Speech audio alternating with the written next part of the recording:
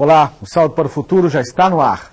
Hoje, no quinto e último programa da série Escola e Povos Indígenas no Brasil, nossos convidados vão discutir a abordagem dos temas indígenas nas salas de aula das escolas de todo o país. Para este debate, convidamos o professor Caingangue, no Rio Grande do Sul, Bruno Ferreira, a professora da USP, Roseli Fishman, o coordenador do Programa de Estudos dos Povos Indígenas da Universidade do Estado do Rio de Janeiro, José Ribamar Bessa Freire. Contamos ainda com a participação de um convidado muito especial, você. No Centro Cultural Banco do Brasil, no Rio de Janeiro, acompanhamos os alunos da 7ª série da Escola Municipal Estado da Guanabara durante a visita à exposição Ticuna, Pinturas da Floresta. Confira. Eu sei um pouco da cultura e também dos costumes deles. A caça, a pesca. Eles vivem por a mata, caçando alimento, vegetais, frutas. São várias tribos, em várias línguas. Acho que a maior arte foi a pintura. E foi por meio da pintura que estes alunos conheceram um pouco do povo ticuna, índios que vivem na região do Alto Solimões, no Amazonas. Na sociedade deles existe também uma maneira de mostrar como tudo foi criado, como o mundo foi criado. E aqui é o nascimento de Joí. Joí foi um deus que nasceu do joelho do pai dele e que teve que matar a sua irmã porque ela desonrou a família dele. Diante de cada tela da exposição, uma revelação sobre algumas tradições do Ticuna, como a festa da Moça Nova. Uma menina assim, mais ou menos na idade de vocês, quando ela fica moça, para eles, quando ela tem a primeira menstruação, a gente aqui fica morrendo de vergonha, né? Lá o pai dá uma festa. Chama todo mundo, chama os vizinhos, chama o pessoal das outras aldeias que eles conhecem. E é uma grande, é a maior festa do povo, é a festa da Moça Nova. E mico, né? E mico. Pra gente é mico, pra eles é uma grande alegria. Os pintores que assinam os quadros participaram de oficinas de arte durante cursos de formação de professores indígenas. As pinturas não são simplesmente intuição, eles têm uma ideia de um pouco da técnica e eles têm a relação que eles têm com a natureza, e isso é muito forte na pintura, porque muitas vezes eles não pintam simplesmente o que eles estão vendo, eles pintam o que eles sentem em relação ao que eles estão vendo. Essa é uma representação da cobra grande. Ué. Isso daí, né? Isso aí é uma cobra. Isso daí não tá muito... Não tá parecido. Não, isso aqui realmente não é uma cobra. Quem faz pode pintar da maneira que quiser. A arte dá essa liberdade. Ao final da exposição, os visitantes falaram sobre suas impressões e descobertas. Abriu muito a minha ideia, entendeu? Nos dá assim uma ideia que é muito além do que a gente pensa, do que a gente acha, muito além do nosso olhar. E o que eu gostei mais daqui foi que é tudo muito colorido. Nós vamos discutir, vamos debater com os alunos e cada professor vai direcionar. No meu caso, nós vamos discutir, elaborar um texto teatral e vamos fazer uma dramatização sobre o assunto ou até, a partir daí, fazer uma dramatização que fale sobre as diferenças em geral, não só dos índios, mas entre nós mesmos. Aqui é uma oportunidade de se abrir um caminho para que se pense dessa maneira, que o índio produz coisas muito bonitas, que a cultura indígena é muito forte, que tem coisas bonitas para ensinar para a gente, porque a gente acha que só o índio tem a aprender, mas nós temos muito a aprender com ele e a gente aprende isso aqui com uma exposição como essa.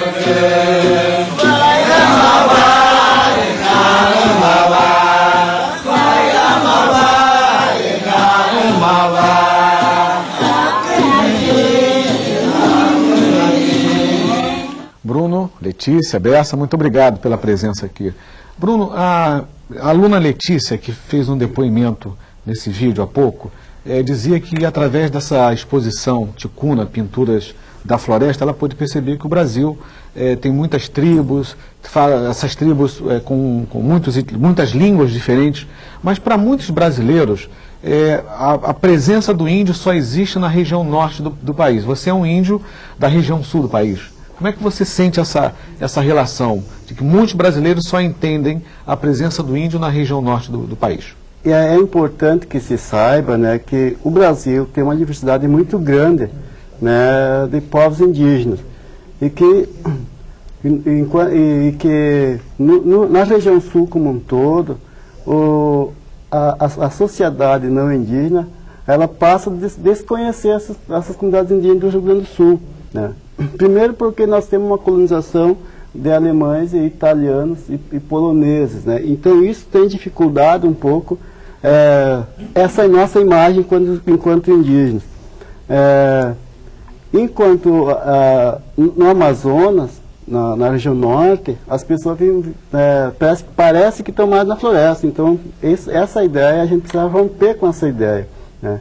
E que a gente, mesmo a gente não utilizando colar, utilizando um cocar, né, a gente continua sendo índio igual, né, não vai mudar, né, porque nossos costumes, nossa tradição, todo o nosso conhecimento, ela permanece.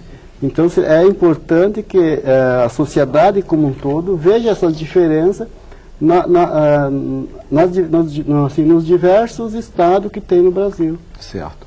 Roseli, e você? O que você acha, que tipo de orientação o não índio que quer aprender sobre a cultura indígena deve receber? Onde é que ele vai beber? Em que fonte? Bom, ele deve beber diretamente nessa fonte mesmo que são os próprios povos indígenas. Eles têm o que contar, têm o que dizer, e tão entusiasmada fiquei que não dei boa noite aos nossos queridos telespectadores, em especial os cursistas da TV Escola, e agradecendo o convite também.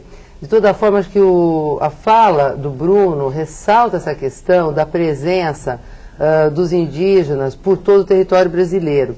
Portanto, aqueles que nos acompanham e têm preocupação de fazer o trabalho com as suas salas de aula, devem estar preocupados, em primeiro lugar, buscar as comunidades que estão próximas a eles, né, e estar desenvolvendo o trabalho realmente de aproximação, de conhecimento. O contato direto com a vida das pessoas é o que faz aprender mais do que qualquer outro tipo de conhecimento que venha de segunda mão, né? Então, buscar onde estão esses indígenas que foram invisibilizados por tanto tempo, né? Afora uma outra fonte que muitas vezes está ligada exatamente àquilo que já está na nossa vida, que é uma influência indígena que permanece no nosso cotidiano e que muitas vezes nós não reconhecemos. Então, buscar conhecer, valorizar, né, que é essa porção de brasilidade que está formada pela história dos povos indígenas, pela história de todos nós brasileiros. Bessa, alguns alunos se disseram impressionados pelo fato de tomarem conhecimento de uma exposição dos ticunas, mas uma exposição muito colorida, né? A cor identifica a etnia, ela identifica a relação do índio com a natureza. Como é que você vê essa questão da cor envolvendo as sociedades indígenas? Olha, isso me faz lembrar um belíssimo artigo de um professor peruano que pediu para os alunos de uma escola em Puno, lá no Lago Titicaca, no Peru, para desenhar a sua escola. E os alunos que fora da escola vestem roupas com cores bastante diversificadas, sendo possível você identificar as pessoas, a comunidade de onde elas vêm, pela forma como elas combinam essas cores, quando chega dentro da escola, a escola bota um uniforme cinzento. E o professor escreveu o artigo em base aos desenhos que os alunos fizeram da escola, onde aparecem como ratos, né? E o título do artigo é Basta de Ratos Cinzas. Então, eu acho que essa exposição ticuna, por exemplo, ela termina, o vídeo não mostrou, mas ela termina também com um texto belíssimo do Eduardo Viveiro de Castro, chamando a atenção de como foi possível o Brasil ficar de costas para a beleza da arte indígena, né? Para a riqueza dos etnossaberes, da literatura produzida pelos índios, a literatura oral. Eu, particularmente, fiquei muito emocionado quando vi o aluno aí representando o mito ticuna, falando do personagem mítico, o Djoí, né, que é conhecido no Alto Solimões, e eu fiquei muito emocionado vendo o aluno aqui no Rio de Janeiro, numa exposição, retomando, né, esse dado da cultura indígena, que faz parte também da cultura brasileira. Vamos à primeira participação, é da Maria José, direto do Maranhão. Olá, Maria José. Boa noite, Marcos. Boa noite, especialistas. Eu sou Maria José Barreto e a pergunta é do teleposto da Unidade Escolar Prefeito José Vieira Lins. Sabemos que o povo indígena é festivo e centrado na comunidade, na gratuidade recíproca e na partilha. Que sentido tem a festa e o ritual neste contexto e como se define a religiosidade indígena? Boa noite e obrigada. Muito obrigado a você, Maria José. Bruno, a Maria José ela pergunta como se define as festas e também a religiosidade indígena. As festas, a questão da religião, praticamente hoje, né, uma boa parte das nossas festas estão desaparecendo. São muito poucas as festas que existem hoje, por causa da influência que nós estamos tendo da sociedade não indígena.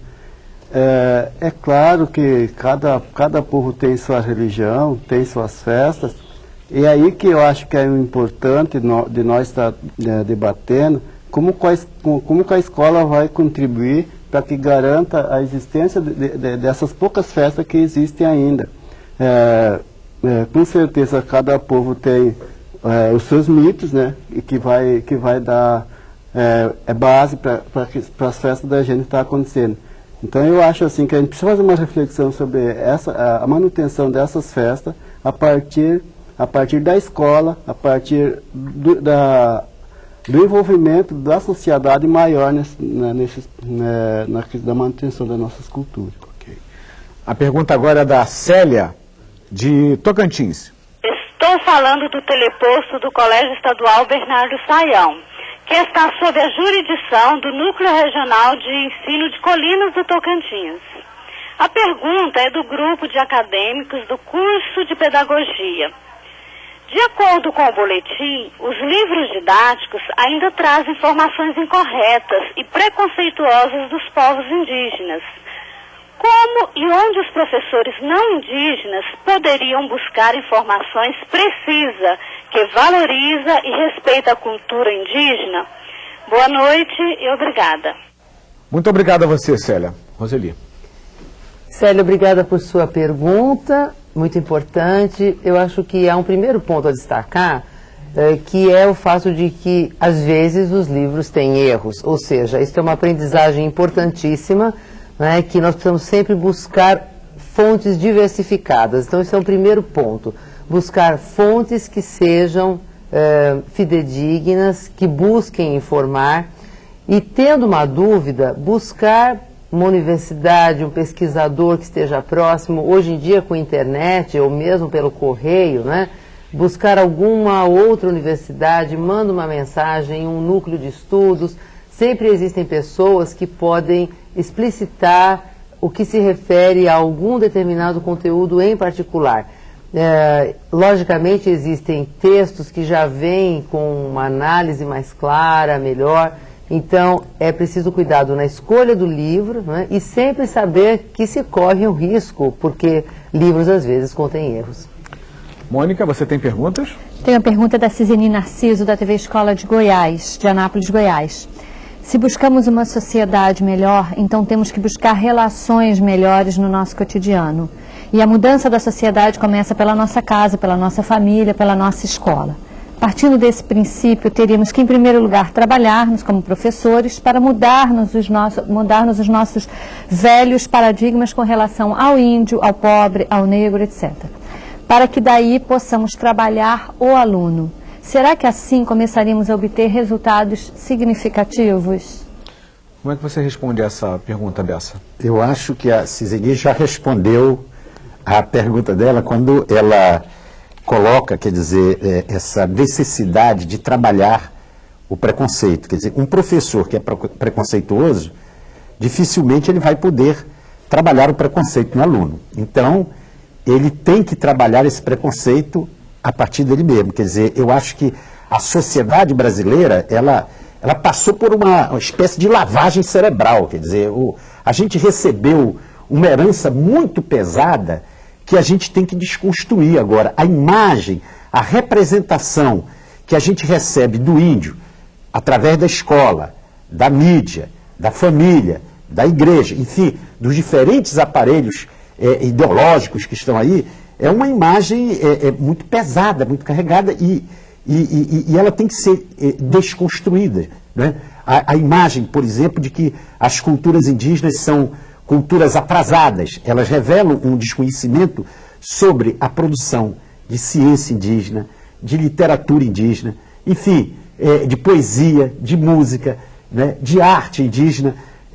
Só com o conhecimento, né, dessa produção que eu acho que o professor pode efetivamente combater esse preconceito que ele traz dentro de si, que ele recebe, que a sociedade lega para ele, para tentar quebrar, cortar um pouco esse elo de reprodução, né, de imagem distorcida, que vem durante 500 anos se arrastando pela sociedade brasileira. Perfeito.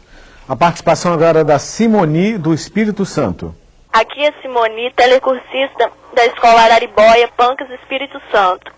A sala de aula indígena obedece padrões de espaço físico, como estabelece normas da educação, e se ensina língua estrangeira, qual ou quais. Boa noite, obrigada. Muito obrigado a você, Simoni. Bruno, como é que é a disposição na sala de aula indígena? Existe o ensino de outra língua língua estrangeira, por exemplo? Eu acho que a língua estrangeira já é o português. Já é o português, né? Então, e as escolas, as que eu conheço, pelo menos, elas têm obedecido o padrão normal das escolas que estão por aí. Né? Então, isso já é meio problemático, né? Quando você trabalha na ideia de você ter uma educação específica diferenciada, você também precisa discutir a questão da arquitetura da escola, né? Senão você já começa com ela meia mal, né? Claro, além de você ter essa disposição da escola do jeito que está, aí isso vai trazer para dentro dessa escola já outros instrumentos que vai sustentar isso, e aí fica difícil você fazer uma educação específica diferenciada. Claro que tem escolas que eu conheço que também está tentando pôr inglês na sala de aula, né? Aí eu acho que é uma discussão que precisa fazer, se é isso mesmo, não é isso, porque por um lado você está tentando recuperar a língua, né, a língua do povo que está se perdendo, por outro lado você está tentando pôr inglês, daí tem mais o português, então fica difícil isso. Ok. Mônica? A equipe da TV Escola de Anápolis, Goiás, diz o seguinte: há 500 anos os índios travam lutas para serem reconhecidos e respeitados como seres humanos com suas diferenças. Mas o preconceito e a discriminação ainda prevalecem num país com uma grande diversidade étnica e cultural. As nossas escolas não indígenas ainda não trabalham como deveriam ser trabalhados os conhecimentos indígenas. Na maioria são lembrados apenas nas datas de 19 de abril, do Dia do Índio, ou nas curtas aulas de história. Sendo assim, a tendência é permanecer com a indiferença. Eles pedem que vocês comentem um pouco sobre isso. Roseli, por favor. Eu gostaria de agradecer a equipe da TV Escola de Goiás por essa pergunta muito oportuna, que de certa forma retoma um pouco o tema que a CZN já tinha nos trazido também, porque fala de uma questão séria aqui no Brasil, que é a dificuldade que nós temos de lidar com a problemática do preconceito, do que nós temos, do preconceito e da discriminação. Nós aprendemos a dizer que o brasileiro não tem preconceito, né? E não conseguimos compreender como isso está entranhado profundamente. Então, o preconceito que se manifesta em relação aos povos indígenas tem muito a ver com isso, com uma dificuldade grande de compreensão, que a desconstrução, como falava o professor Bessa, né, do preconceito, é um trabalho árduo, principalmente porque o preconceito está dentro de todos nós. Eu acho que isso é uma coisa muito importante dizer, ou seja, é algo a ser trabalhado, né, e em relação a todos os grupos humanos que habitam este país e que habitam o planeta. Então, compreender que a diversidade, seja pela manifestação de costumes, de religião, de crença, do vestido, falar, dançar, enfim, que essa diversidade é uma riqueza humana, né, e que nós precisamos mudar a nossa atitude, que é uma atitude interna, alguma coisa que precisa ser trabalhada e com ajuda, né? É uma questão de ajuda mútua, há uma reciprocidade de compreensão dessa diversidade. Então, há uma busca do conhecimento que vem em primeiro lugar, mas vem junto também com esse trabalho de uma atenção constante, né? É um trabalho tão árduo quanto ganhar o próprio pão todo dia. Dessa que dificuldades o professor não índio vem enfrentando para aprender sobre história indígena, conhecer a causa indígena, para poder lecionar e ensinar? Você percebe que muitos professores não índios querem ter conhecimento, querem aprender e não conseguem ter esse aprendizado? Começa já pelo fato de que, se você verificar quantos dos 180 milhões de brasileiros conhecem uma aldeia indígena, você vai verificar que é uma porcentagem ínfima de brasileiros que conhecem uma aldeia indígena. O Darcy Ribeiro dizia que qualquer brasileiro que conviver uma semana com os índios nunca mais vai voltar a ser o mesmo. Ele vai ser transformado. Mas os brasileiros não têm essa oportunidade. Então, a visão que ele tem dos índios é uma visão que é transmitida pela escola, pelo livro didático, que, infelizmente, ainda está carregado de preconceitos, né? Eu vejo no trabalho que a gente desenvolve em oficinas com os professores da rede pública estão ansiosos para desempenhar um outro papel. Eles não querem mostrar que, como vem sendo mostrado, que o Bandeirantes é um grande herói, quando na verdade a gente sabe o papel que eles representaram, digamos, para o extermínio de muitas culturas indígenas. Então o professor não quer exercer esse papel, mas ele não tem os instrumentos adequados para desempenhar um outro papel, né? Eles não existem livros, né, suficientemente. A própria universidade produz pouco sobre essa temática. E o que ela produz costuma ficar um pouco fechado dentro dela mesma. Gerações passam, nascem, crescem, morrem, e aquele conhecimento vai se reproduzindo dentro da academia e não sai para fora da universidade. Então, eu acho que isso é um desafio para nós também, né, que estamos dentro da universidade, para começarmos num diálogo com os professores, num diálogo com os próprios índios, a mudar essa situação. No próximo bloco, vamos acompanhar o encontro de vários povos indígenas em um museu do Rio de Janeiro. Salto para o Futuro volta já. Representantes dos povos Bororo e Carajá no Brasil e Ainu do Japão se encontraram no Rio de Janeiro, no pátio do Museu da República. O evento foi promovido pelo Instituto de Desenvolvimento das Tradições Indígenas e, na plateia, cerca de 1.200 crianças e adolescentes assistiram às apresentações. Veja a reportagem. Em abril de 2002, no pátio do Museu da República, no Rio de Janeiro, representantes do povo Ainu do Japão abriram a tarde de apresentações do evento denominado Rito de Passagem. Na plateia, crianças e adolescentes observavam e reproduziam alguns gestos. Eu já sabia que os índios, eles cuidavam dos animais, que eles eram morenos e faziam um montão de tipos de danças. E a dança do povo brasileiro Bororo também marcou presença neste dia de apresentação especial para grupos escolares.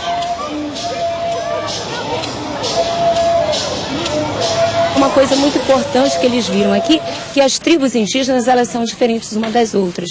Elas têm uma dança diferente, um canto diferente. Então eles vão ver que os povos, que o indígena não é aquele índio estereotipado que tem nos livros, mas que eles são povos diferentes, que têm culturas diferentes. E reafirmando a diversidade da cultura indígena, o povo Carajá do estado do Tocantins trouxe um pouco de suas tradições.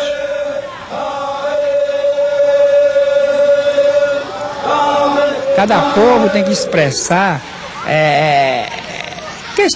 suas ideias, falar de seu povo, né? Falar a questão política, falar sua identidade, ter coragem de falar. De todo o povo, a gente quer desvendar para a cidade esse iniciativo que ainda é desconhecido. Que através dessa apresentação, as pessoas começam a ver que existe diversidade. E através dessa a gente traz informação, né, que tem o banner, o folder, né, alguns vídeos. O objetivo do projeto é de criar uma ponte entre o povo que está nas aldeias e o povo que está na cidade e diminuir as distâncias e os preconceitos que são gerados pelo desconhecimento. Acho que o povo do Brasil não conhece a cultura, a tradição dos grupos indígenas, precisa conhecer, e acho que o público infantil é o primeiro. Acho que é importante mudar a mentalidade das crianças para que no futuro a gente tenha uma convivência mais harmoniosa.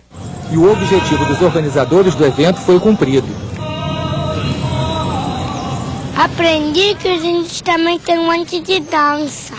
Eu gostei de ver a parte das índias dançando, balançando o cabelo.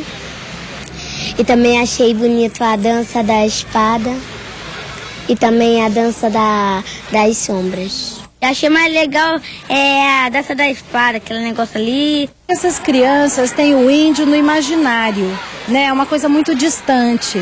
E poder estar aqui, ver de perto, às vezes pegar na mão de um índio, poder conversar com essas pessoas, isso marca, acho que marca a vida dessas crianças para sempre. É um ritual de passagem. Eu acho que essas crianças aqui viveram um ritual de passagem.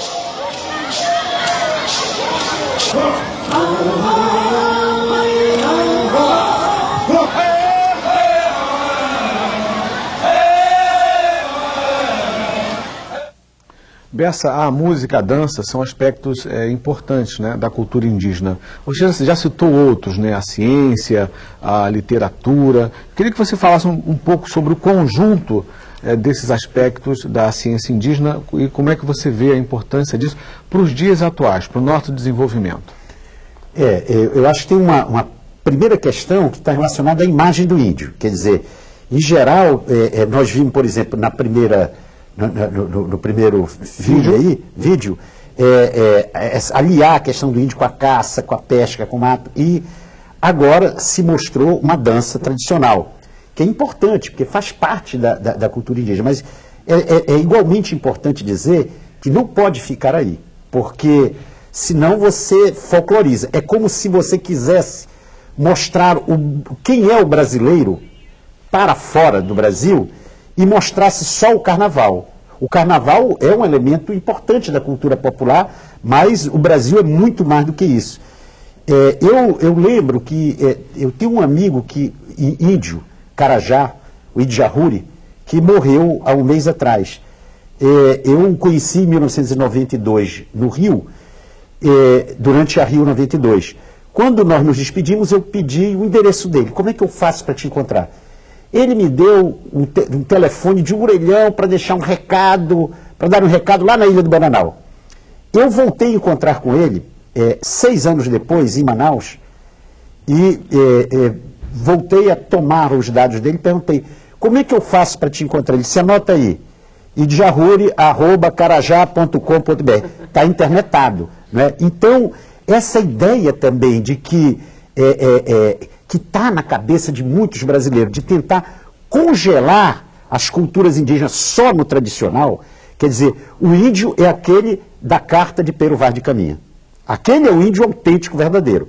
Aí quando você vê o Bruno, você diz, não, o Bruno não é índio. Por quê? Porque a imagem do Bruno, ela não se encaixa naquela representação que o Caminha tem, que a gente tem tradicionalmente. Quer dizer, nós, brasileiros, não concedemos às culturas indígenas aquilo que a gente quer para a cultura brasileira. Nós queremos usar televisão, que não foi criada e nem inventada por nenhum brasileiro, nós queremos usar celular, queremos tomar emprestado de outras culturas técnicas e conhecimentos, né? E nós podemos tomar essas técnicas continuando sendo brasileiro. Agora, quando o índio faz isso, aí a gente diz, não é mais índio. Quer dizer, então a gente não reconhece essa capacidade das culturas indígenas estarem em permanente mudança, né? Mantendo esses saberes tradicionais e modificando também, ressignificando esses saberes dentro do contexto da sociedade brasileira. A participação agora é da Vânia, de Tocantins. Oi, boa noite a todos.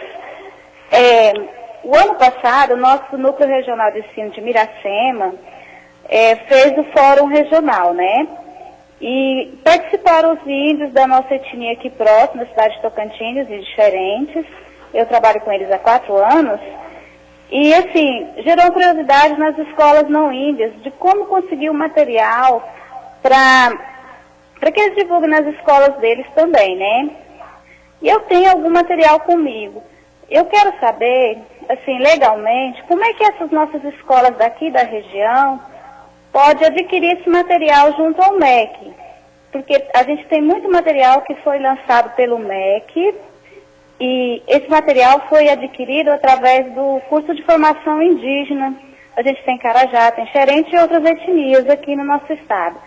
E eu estou falando do Colégio Estadual Santa Terezinha.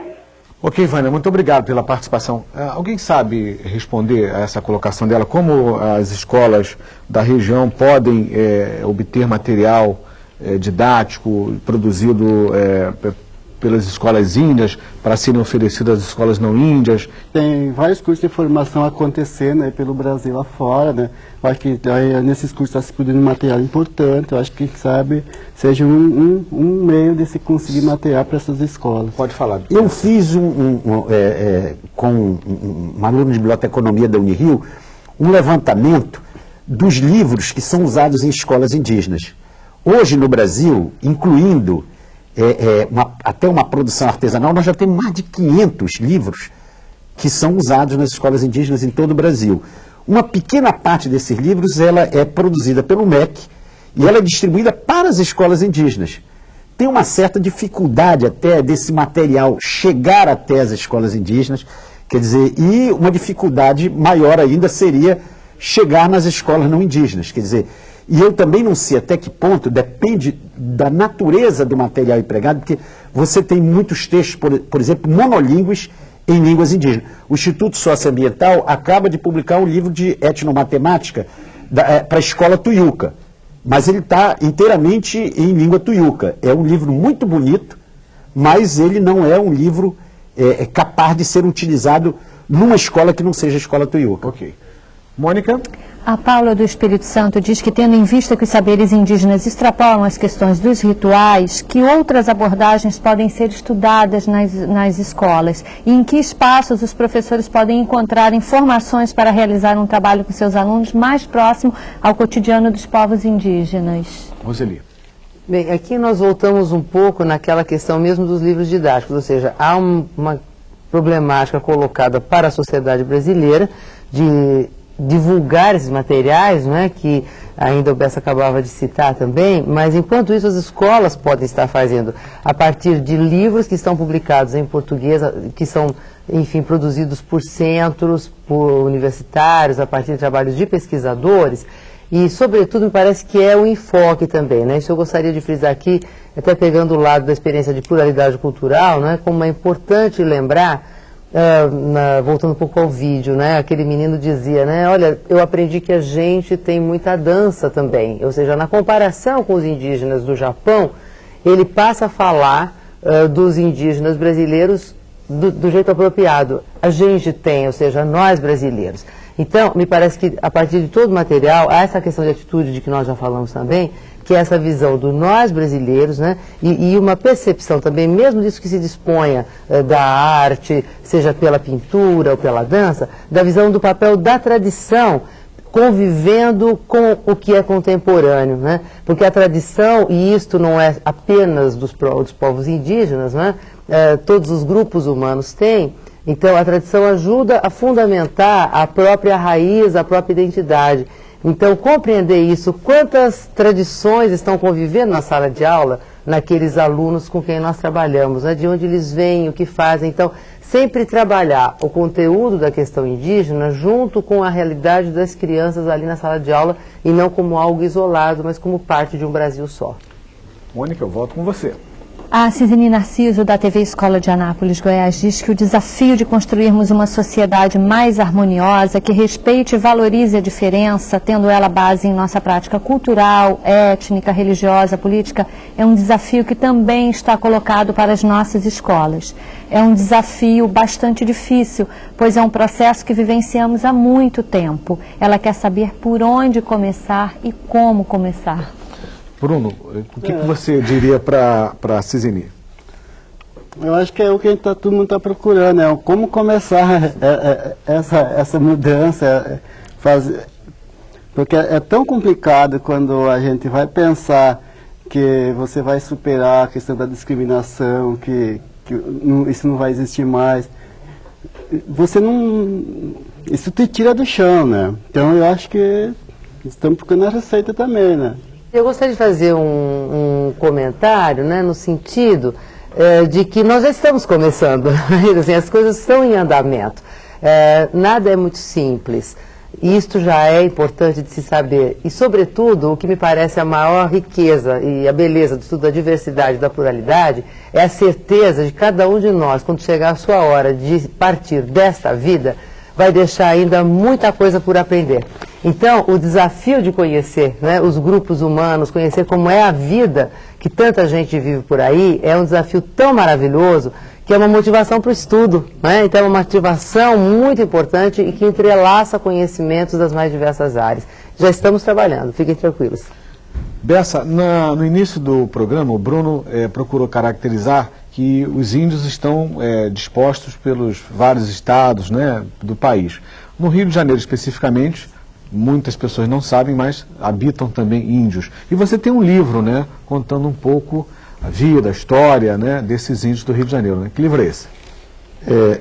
Esse livro é o que foi feito com a antropóloga Márcia Malheiros. É um livro sobre a história dos aldeamentos do Rio de Janeiro. É um trabalho, em primeiro lugar, de arquivo. A gente levantou informação em arquivos da cidade do Rio de Janeiro e em pequenos arquivos também do interior do estado do Rio de Janeiro, né? De Pádua, Itaocara, do Norte Fluminense, sobretudo para reconstruir a história do século XIX, dos índios do Vale do Paraíba, os índios puris, coroados e coropós. E também nós terminamos o livro mencionando apenas as 4 aldeias dos índios Guarani e Imbiá, que existe em Angra e Paraty, né, com o qual nós realizamos um trabalho de valorização do artesanato e de formação de professores. Agora mesmo, alguns desses professores estão nesse momento em Santa Catarina, num curso de formação de professores com índios do Rio Grande do Sul, do Paraná, de Santa Catarina e do Espírito Santo e do Rio de Janeiro, né?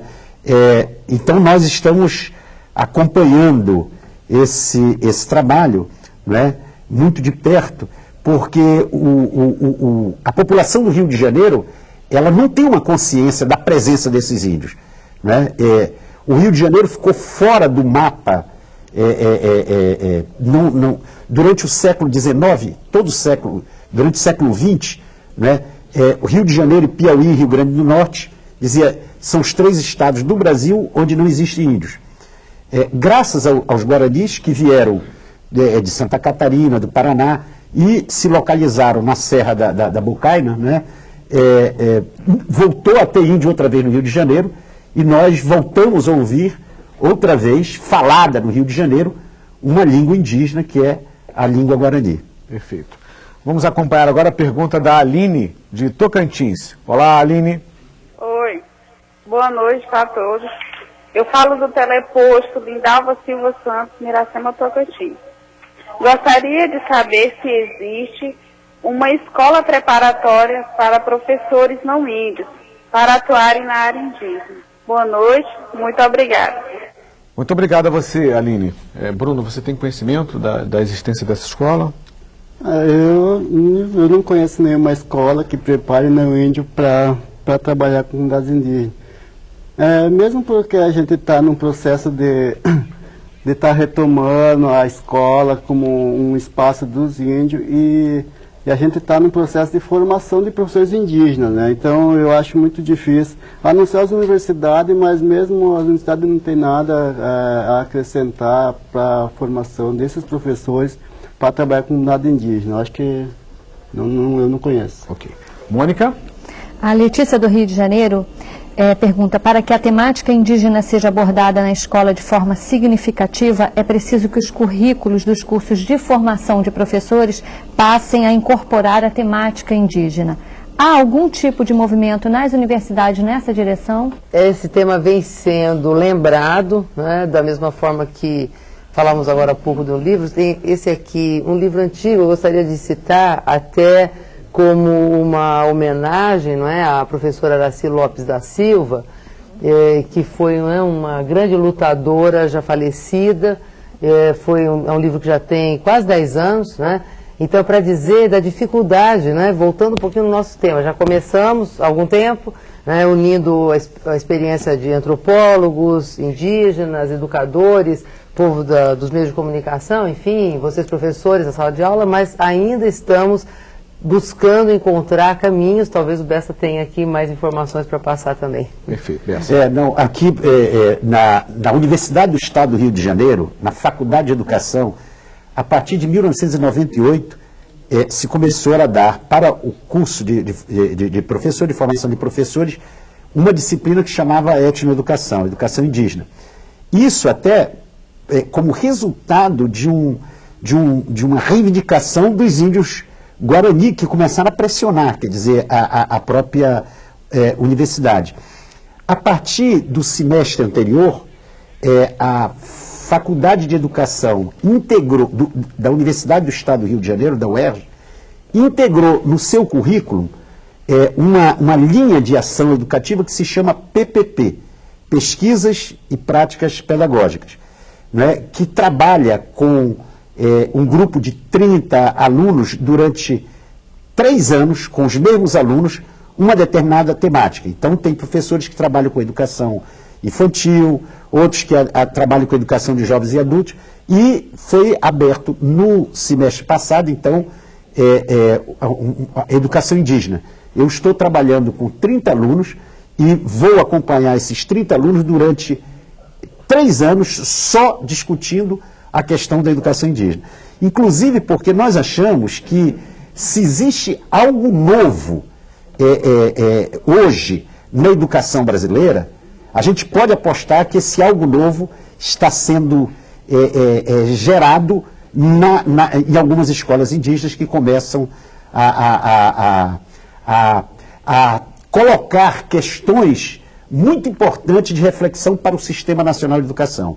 O Bruno tem uma reflexão que foi publicada sobre o papel da escola nas sociedades indígenas, quer dizer, quando ele diz que quem colocou a escola indígena lá na aldeia, os índios não sabiam direito por que estava sendo colocada aquela escola, mas quem colocou sabia, né? E ele termina dizendo, não, mas os índios agora estão começando a saber, estão começando a utilizar a escola como um espaço de resistência.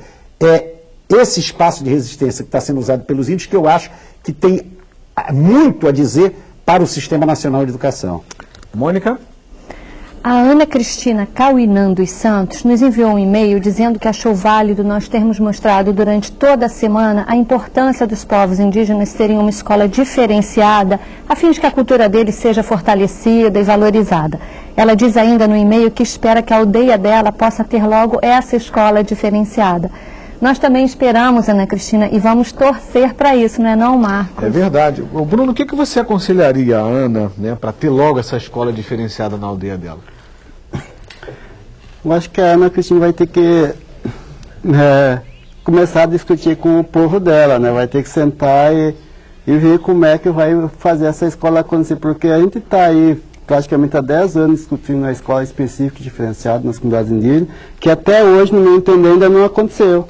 Então, essa é uma luta que tem que começar, né? Você tem que persistir nisso, e aí eu acho que ela vai conseguir construir a escola dela. Perfeito, Bruno.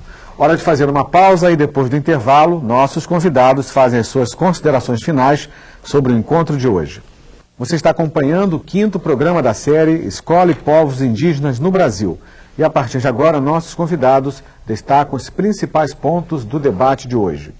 Bruno, suas considerações finais.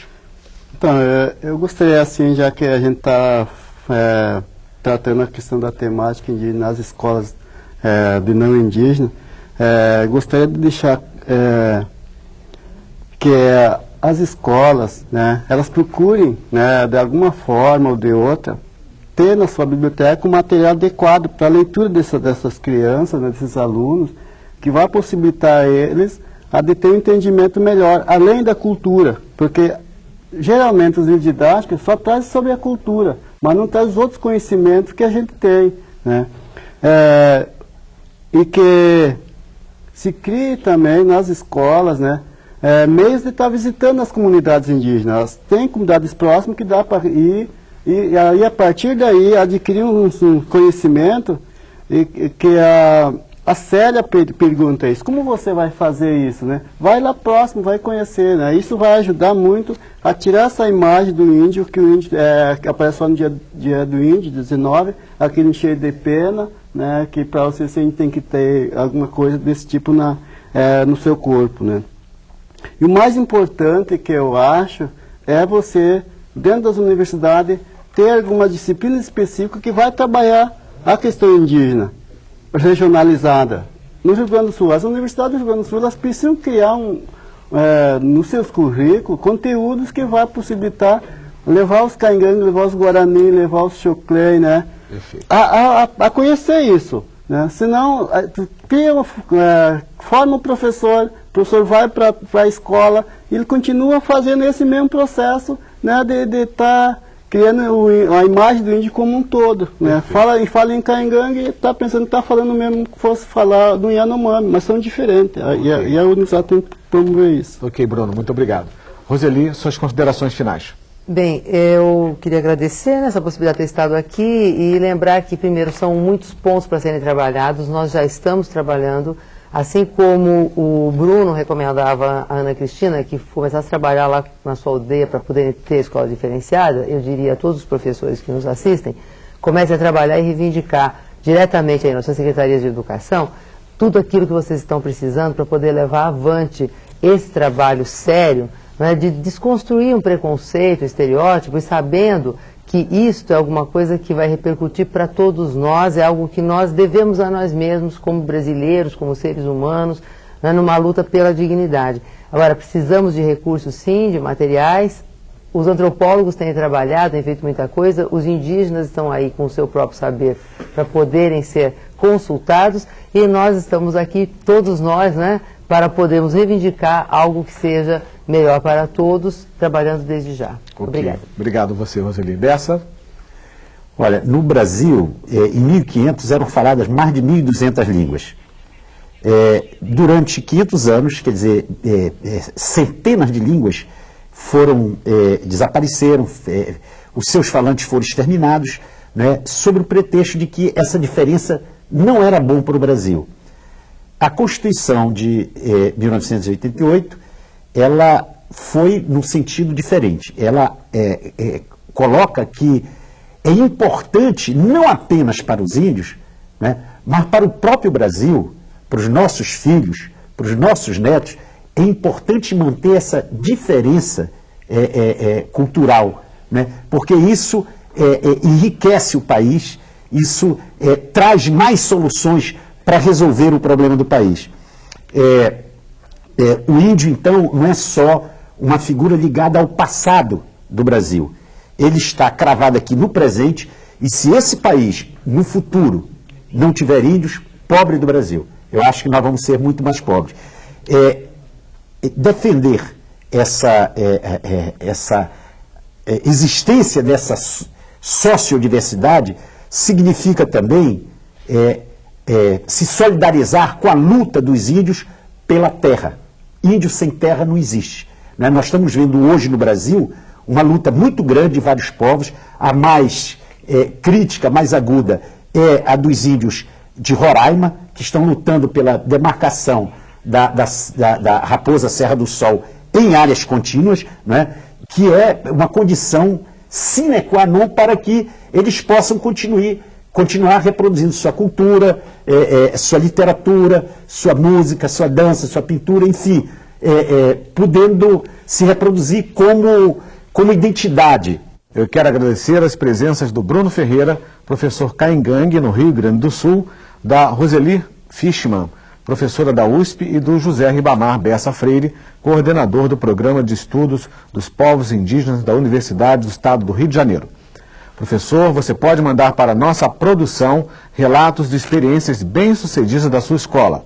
Basta acessar a nossa página na internet www.redebrasil.tv.br/salto, ou, se preferir, pode nos enviar para a caixa postal. Anote o endereço: 50050, CEP 20062-970. A gente se despede dessa série com mais desenhos criados por professores indígenas para compor os materiais didáticos das escolas. Até a próxima série.